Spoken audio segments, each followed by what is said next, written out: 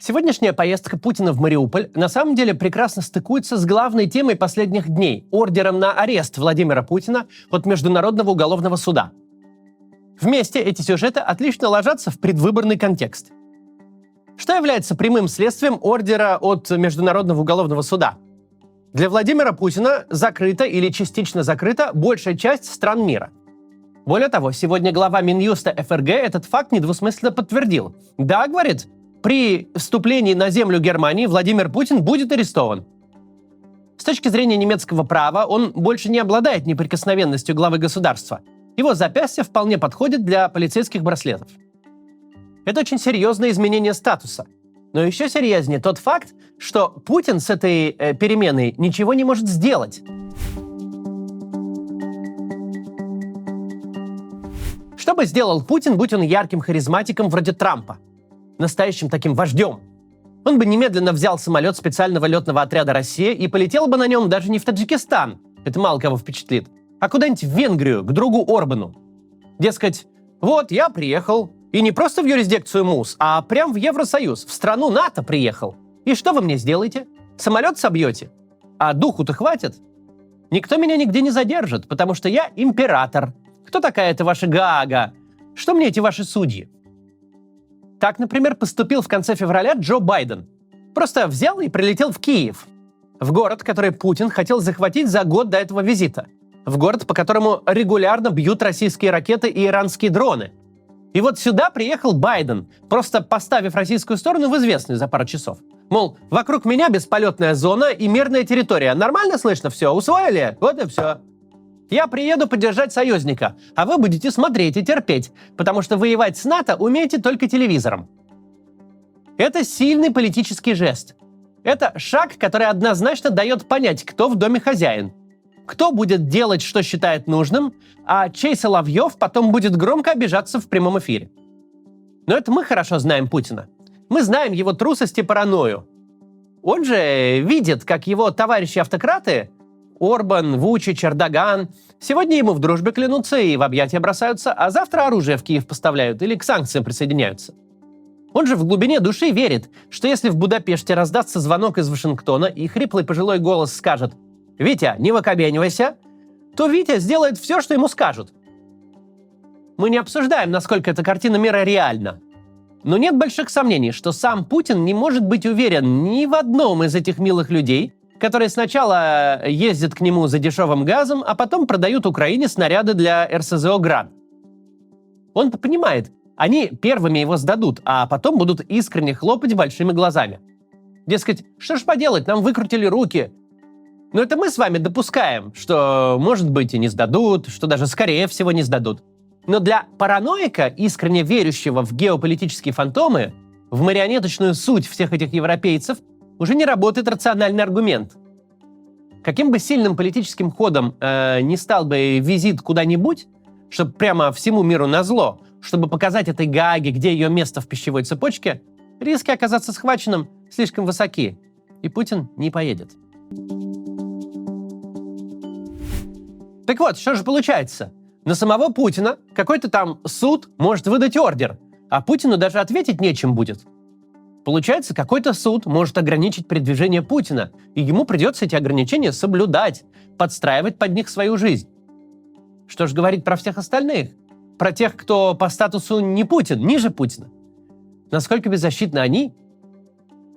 Помните, откуда взялся знаменитый закон подлецов, запрещающий американцам усыновлять российских сирот? Это был ответ на акт Магнитского. Данный акт не запрещал торговлю между США и Россией, не касался ближнего круга Путина. Он накладывал ограничения на 60 человек, причастных к гибели адвоката Сергея Магнитского, самым высокопоставленным из которых был уже на тот момент бывший замглавы МВД. Чтобы вы понимали уровень этих людей во властной иерархии, из 60 человек поименного списка статьи в Википедии есть только про 6. И описаны они исключительно как фигуранты дела. Список Магнитского состоял из людей, которые никто и звать их никак. Принятие же закона подлецов – это самый позорный акт ранних десятых, с которого началось постепенное скатывание российского государства. Но посыл тогда понятен был. Вы не можете залупаться вашей юрисдикцией на наших людей, на любых наших людей. Пусть это просто фиг знает кто, какие-то рандомные налоговики и замначальники СИЗО. Мы захотим накажем, захотим к награде представим. Но не вы нам будете указывать, у нас тут суверенитет. Мы даже за таких ублюдков впрягаться будем, и не считаясь совершенно с сиротами. Это пусть и максимально извращенный, но сигнал собственному окружению. Мол, мы вон за каких отставной козы барабанщиков впрягаемся. Федеральным законом причем, да еще каким, что скандал на всю страну стоит, а мы все равно принимаем. Пусть только попробуют на вас наехать, ядерную войну начнем, пусть даже не думают. Вы все под защитой бати. Батя рогом упрется, но никому вас на растерзание не отдаст. Весьма неадекватными средствами, но весьма понятное основание собственной легитимности тут показано. Почему я правлю? Потому что никому вас в обиду, если что, не дам. На все будет ответ. Система будет себя защищать. Русского царя будут слушать и слушаться, хотят они того или нет. Сегодня ответом на ордер, выписанный самому Путину, становится совершенно невнятное бульканье. Выясняется, что отвечать-то как бы и нечем, что по ту сторону западной границы просто нет собеседника, что восстановление отношений с Россией, само будущее России, готово обсуждать с кем угодно, включая Ходорковского и Волкова, но только не с Путиным. Что рациональные переговоры невозможны, не говоря уже о сильных геополитических шагах. Это к вопросу о внешней легитимности. За 350 дней до президентских выборов мы имеем кандидата, который находится под судебным преследованием Гааги. Впервые в истории победа Путина может быть не признана большинством развитых стран, потому что на самом деле не особо понятно, как признавать победу человека, которого разыскивает Международный уголовный суд.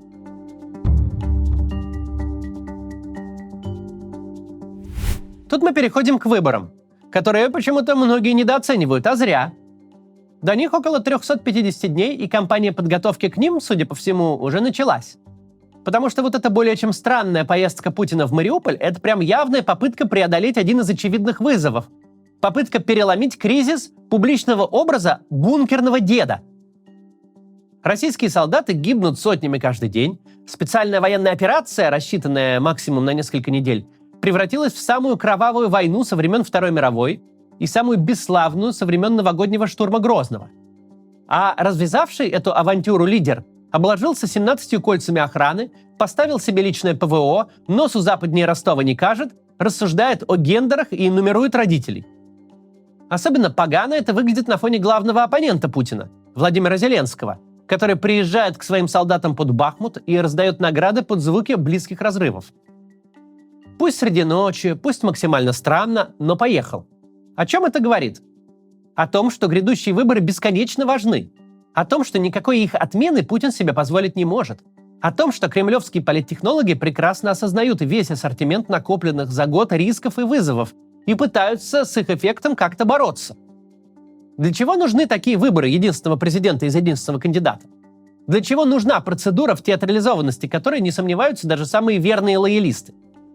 Смысл выборов в такой системе не в том, чтобы победить в некой конкурентной борьбе. Смысл в том, чтобы политическая машина продемонстрировала свою работоспособность, а граждане, по крайней мере, молчаливую лояльность. Все участники должны исполнить свои роли. Вот как все должно быть. Процедуру смогли организовать. Выглядит она похоже на настоящие выборы. Все уровни власти в этом поучаствовали. Никто не взбунтовался и не саботировал. Каждый директор школы донес до педагогического коллектива необходимость явки. Каждый губернатор организовал подвоз сотрудников ЖКХ и устроил лотерею с раздачей стиральных машин. Регионы электоральных аномалий выдали положенные 99%, обычные регионы выполнили KPI по результату, установленный администрацией президента. Граждане действительно пришли. По настоятельной рекомендации начальства или по зову сердца. Это уже детали, но пришли. Причем пришли те граждане, какие нужно, а какие не нужно, не пришли. В целом, по стране, за вычетом ассортимента приписок, в урнах лежит больше настоящих бюллетеней за Путина, чем не за Путина. Вся процедура должна состояться примерно так и должна пройти без заметных протестов и скандалов в атмосфере праздника и веселья. Не должно случиться никакого кипиша. Любой кипиш говорит о том, что шестеренки разболтались, что машинка больше не едет, как раньше.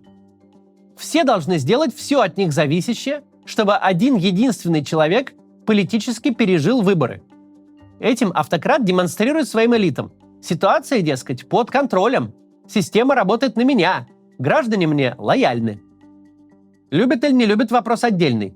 Но они достаточно лояльны, чтобы послушно выполнять свои роли в этом спектакле. Приходить или, наоборот, не приходить, завлекать или подвозить, послушно выполнять. И громко протестовать против результатов эти граждане не будут. Многие говорят про то, что Путин, дескать, воспользуется военным положением и выборы отменит. Но отмена выборов — это не то, чем кажется. Это не сильный шаг уверенного в себе военного лидера. Это признание уязвимости. Что-то я вообще не уверен, что моя система справится. Что-то не уверен, что контролирую ситуацию. Что у меня осталось ядро молчаливого согласия хотя бы, чтобы исполнить фокус, который так успешно удавался предыдущие 4 раза. И это совсем не показывает силу. Потому что у каждого есть свои функции. Кто-то командует людьми с дубинками, кто-то ворочает миллиардами, кто-то финансовую систему держит в стабильности, а кто-то контролирует политическую систему внутри страны и обеспечивает всем этим людям крышу за ее пределами. В этом роль Путина в российской системе. Именно на него беспрекословно работает машина государства, внешние контрагенты воспринимают его как настоящего начальника России, они с ним разговаривают, он для них равный. Поэтому те люди, у которых есть финансовый и силовой ресурс, выполняют его указания. Почему я, какой-нибудь генерал, у которого есть вооруженные люди, к слову, непробиваемый аргумент, не могу выкинуть старика за шкирку из Кремля и сесть туда сам? Потому что против меня взбунтуется управленческая вертикаль, которую в этом бунте поддержат граждане. Потому что для всего мира я буду узурпатором, незаконно свергнувшим легитимное руководство. Когда же у тебя есть явные проблемы с внешней легитимностью, когда для существенной части мира ты преступник, процедура выборов становится гораздо важнее.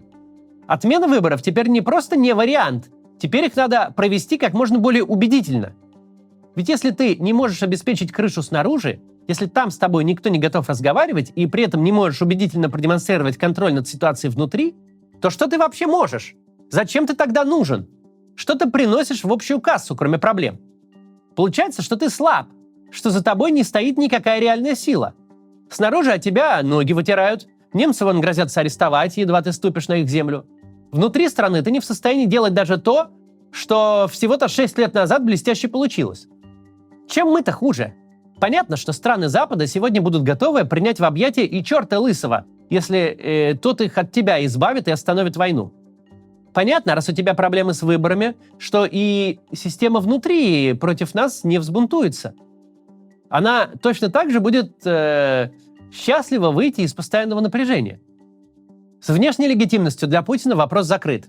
Не может человек с международным ордером на арест выступать переговорщиком, защищать свою систему и своих людей, вытаскивать их всех из той внешней изоляции, которую сам создал. В такой ситуации вопрос внутренней легитимности становится, во-первых, гораздо более важным, ведь она теперь единственная опора, а во-вторых, гораздо более сложным, ведь нужно убедить собственную систему, что вот эту ходячую пожилую проблему действительно нужно продлить еще на 6 лет. Еще 6 лет не иметь лидера, признаваемого Западом и способного вести с ним переговоры. Поэтому мы не просто не увидим никаких намеков на отмену выборов. В ближайший год мы будем наблюдать за самой интенсивной кампанией по реставрации поблекшего за год войны образа вождя. Путин больше не может даже на уровне пиара защищать систему вне России. Но он должен ей доказать, что контролирует ситуацию хотя бы внутри. Быть Зеленским, военным лидером в полной мере, он не может. Но поездка в Мариуполь говорит сама за себя. Очень важно очиститься от гнетущего реноме трусоватого вождя в глубоком бункере. И это только начало. Чем дальше, тем более изумительные кульбиты будет выдавать Путин, потому что отступать-то ему некуда. В противном случае, если окажется, что западные политики говорят с Ходорковским, что люди с дубинками в руках Золотова, что у всех у них есть какой-то кусочек легитимности или власти, а у Путина нет ничего, то кто такой вообще в этой системе Путин? Каково его место в системе? До завтра.